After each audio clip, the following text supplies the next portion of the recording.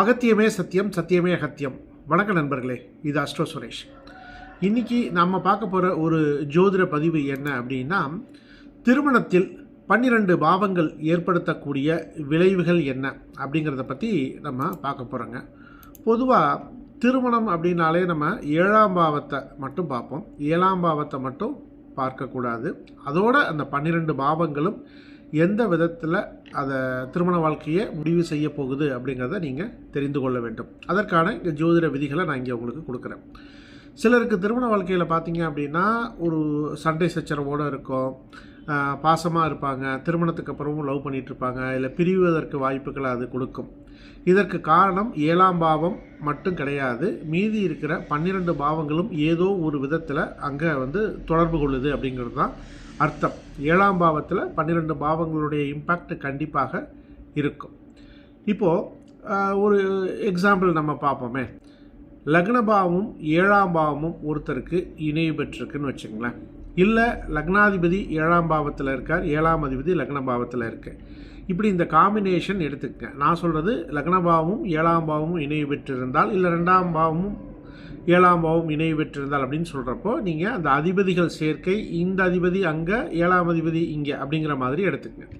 சரி, இப்போது லக்னபாவமும் 7ஆம் பாவமும் தொடர்பில் இருக்குது அப்படின்னா ஜாதகர் தன்னுடைய ஆதிக்க குணம், 1ஆம் இடம் அப்படிங்கிறது கொஞ்சம் ஆதிக்கம் நிறைந்தவராக இருப்பார். தன்னுடைய ஆதிக்க குணத்தால் துணையை கட்டுப்படுத்துறதுக்கு முயற்சி பண்ணுவார். இது ஆணாக இருந்தாலும் சரி, பெண்ணாக இருந்தாலும் சரி. தன்னம்பிக்கை ரொம்ப ஜாஸ்தியாக இருக்கும் இந்த ஜாதகருக்கு. இப்போ பார்த்தீங்க அப்படின்னா இதில் இருக்கக்கூடிய ஒரு பிரச்சனை, நான் தான் சரி அப்படிங்கிற ஒரு எண்ணம் அதிகமான சண்டைக்கு வழிவகுக்கக்கூடியதாக இருக்கும். 1ஆம் பாவமும் 7ஆம் பாவமும் ஏதோ ஒரு விதத்தில் கனெக்ட் ஆகியிருந்ததுன்னா. இப்போ அடுத்தது 2ஆம் பாவமும் 7ஆம் பாவமும் கனெக்ட் ஆகியிருந்தது அப்படின்னா திருமணத்திற்கு பிறகு அப்படின்னா 7ங்கிறது திருமணம் எடுத்துக்கங்க. திருமணம், குடும்பம், பொருளாதாரம் அப்படி எடுத்துக்கங்க. அப்போ திருமணத்திற்கு பிறகு குடும்பம் வளர்ச்சி அடையும், திருமணத்திற்கு பிறகு பொருளாதாரம் அப்படிங்கிறது உயரும் அப்படின்னு எடுத்துக்கங்க. அப்போது இந்த திருமணத்தில் அதிகமான ஒரு பங்கு வகிக்கிறது எது அப்படின்னா குடும்பம் அப்படிங்கிற ஒரு விஷயம். அப்போ குடும்பத்தினுடைய தலையீடு இந்த திருமண வாழ்க்கையில் இந்த ஜாதகருக்கு இருக்கும். ஆண் ஜாதகமாக இருந்தாலும் சரி, பெண் ஜாதகமாக இருந்தாலும் சரி, அவர்களுடைய குடும்பத்தின் தலையீடு இங்கே இருக்கும் அப்படின்னு எடுத்துக்கங்க.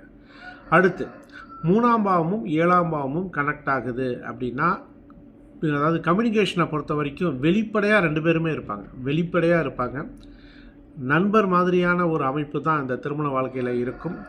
சில நேரங்களில் ஏதாவது ஒரு பாவம் கெட்டு போயிருந்தேன்னா வார்த்தைகளில், ஏன்னா கம்யூனிகேஷன் சார்ந்து தான் இங்கே இருக்குல்ல, வார்த்தைகளில் பிரச்சனைகளை ஏற்படுத்தக்கூடியதாக இருக்கும். தப்பாக பேசிடுவாங்க, அப்படி ஒரு வாய்ப்புகளும் இங்கே இருக்குது.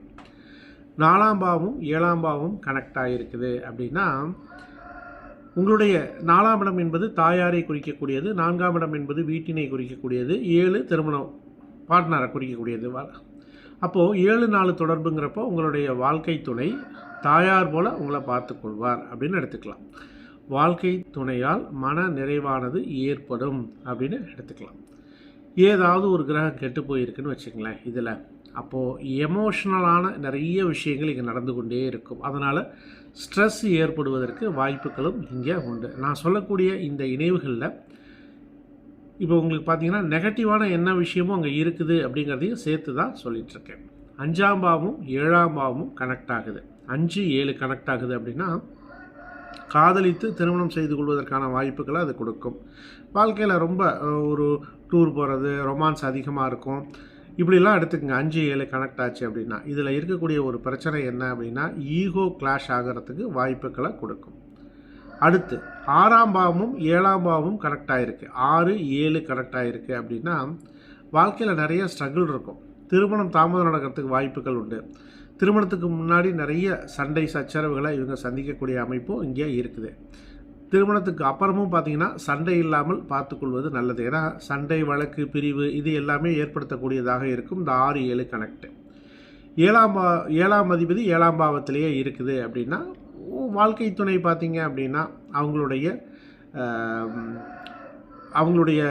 என்ன சொல்கிறது அப்படின்னா முக்கியமான ஒரு இடம் அந்த திருமண வாழ்க்கையில் அவங்களுடைய வாழ்க்கை துணை. ஏன்னா நேராக லக்னத்தையே பார்க்கும். அந்த வாழ்க்கை துணை இல்லாமல் இவங்க இல்லை அப்படிங்கிற ஒரு நிலையை இந்த திருமண வாழ்க்கையானது ஏற்படுத்தி கொடுத்துரும். ஒரு ஸ்ட்ராங் பாண்டிங் அங்கே இருந்து கொண்டே இருக்கும்.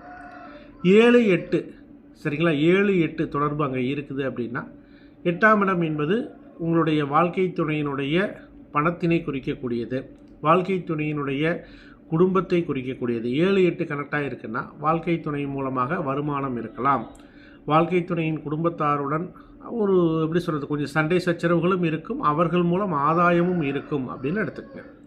அதுக்கு அடுத்தது 7ஆம் பாவமும் 9ஆம் பாவமும் கனெக்டாக இருக்குது. 7, 9 கனெக்ட் ஆகிருக்கு அப்படின்னா திருமணத்திற்கு பிறகு அதிர்ஷ்டம் நிறைந்ததாக இவர்களுடைய வாழ்க்கையானது இருக்கும். நம்பிக்கை அப்படிங்கிறது கொஞ்சம் இங்கே முக்கியமாக இருக்கும். அதே மாதிரி கொள்கைகள் 2 பேர்த்துக்கும் வெவ்வேறாக இருப்பதற்கு வாய்ப்பு உண்டு.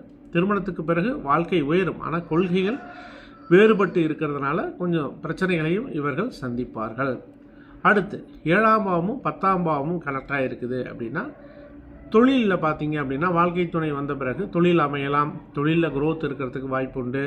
உங்களுக்கு பப்ளிக்கில் பார்த்தீங்க அப்படின்னா உங்களுடைய புகழ் ஓங்குவதற்கான ஒரு வாய்ப்புகளும் இருக்கும். அடுத்து 7ஆம் பாவமும் 11ஆம் பாவமும் உங்களுக்கு கனெக்ட் ஆகிருக்குது அப்படின்னா திருமணத்தின் மூலமாக நல்ல லாபம், அதாவது எப்படி சொல்கிறது அப்படின்னா அதாவது உங்களுடைய பார்ட்னருக்கு நல்ல சொத்து இருக்கிற மாதிரி ஒரு அமைப்போ, இல்லை திருமணத்தில் நிறைய பொருளாதாரம் சார்ந்த விஷயங்களில் உங்களோட பார்ட்னரோட குடும்பம் உங்களுக்கு ஒத்துழைப்பு செய்கிறதோ, இல்லை ஏதாவது ஒரு பிஸ்னஸ் அமைத்து கொடுப்பதோ, அந்த மாதிரியான விஷயங்கள் ஏற்படுவதற்கு வாய்ப்புகள் உண்டு. இதில் முக்கியமான ஒரு விஷயம் என்னென்னா, தேர்ட் பர்சன் யாராவது இதில் இன்வால்வ் ஆகுறாங்க அப்படின்னா அதில் கொஞ்சம் கவனமாக இருந்துங்க. தேர்ட் பர்சனால் பிரச்சனைகள் வரத்துக்கு வாய்ப்பு உண்டு. 7ஆம் பாவமும் 12ஆம் பாவமும் கனெக்ட் ஆகிருக்குது அப்படின்னா இப்போ இங்கே என்ன சொல்லலாம் அப்படின்னா திருமணத்துக்கு பிறகு 2 பேரும் வெவ்வேறு இடங்களில் இருக்கிறதுக்கான ஒரு வாய்ப்புகள் இருக்குது. லீவில் மட்டும் ஒன்றா சந்திச்சுக்கிறதுக்கான ஒரு சூழல்கள் அங்கே வரலாம். அப்படி இருந்தாலும் அதுதான் இதற்கு பரிகாரம் அப்படின்னு எடுத்துக்கலாம். ஒன்றா இருந்தீங்க அப்படின்னா செலவு இந்த மாதிரி நிறைய விரயங்கள் ஏற்படுவதற்கு வாய்ப்புகளை இது கொடுத்துரும். சரிங்களா. ரைட். இப்போ நம்ம பார்த்தது எல்லாமே 12 பாவங்களும் 7ஆம் இடமும் தொடர்பு கொண்டிருந்தால் என்ன மாதிரியான இம்பேக்ட் உங்களுடைய திருமண வாழ்க்கையில் இருக்கும் அப்படிங்கிறத நான் இங்கே உங்களுக்கு பதிவு பண்ணியிருக்கேன். உங்களுடைய திருமண வாழ்க்கை இதுக்கு பொருந்தி வருதா அப்படிங்கிறத கமெண்ட் செக்ஷனில் கொடுங்க. நண்பர்களே, உங்களுடைய ஜாதகத்தை முழுமையாக பார்த்து ஆய்வு பண்ணிக்கணும் அப்படின்னு விருப்பப்பட்டீங்க அப்படின்னா ஸ்க்ரீனில் இருக்கக்கூடிய நம்பருக்கு கால் பண்ணுங்கள் அல்லது வாட்ஸ்அப் பண்ணுங்கள். ஜாதகம் பார்க்குறதுக்கு உண்டான வழிமுறைகள் என்ன என்பதை நான் உங்களுக்கு சொல்லுகின்றேன். ஜோதிடம் வாட்ஸ்அப் மூலமாக கற்றுக்கொள்ள வேண்டும் என்று விரும்பினாலும் என்னை தொடர்பு கொள்ளுங்கள். கீழே டிஸ்கிரிப்ஷனில் ஒரு வாட்ஸ்அப் குரூப் லிங்க் இருக்குது. விருப்பமுடையவர்கள் அதை கிளிக் பண்ணி அதில் இணைந்து கொள்ளுங்கள். அது என்னுடைய குரூப் தான். அதில் ஜோதிட ரீதியான துணுக்குகள் எல்லாம் நான் உங்களுக்கு கொடுத்துட்ருக்கேன். முடிஞ்சால் இந்த சேனலை சப்ஸ்கிரைப் பண்ணிக்கங்க. அப்போ தான் நான் போடக்கூடிய பதிவுகள் உங்களுக்கு உடனுக்குடன் வரும். மீண்டும் மற்றொரு பதிவுடன் நாளைக்கு நான் உங்களை சந்திக்கின்றேன். அகத்தியமே சத்தியம், சத்தியமே அகத்தியம். நன்றி நண்பர்களே.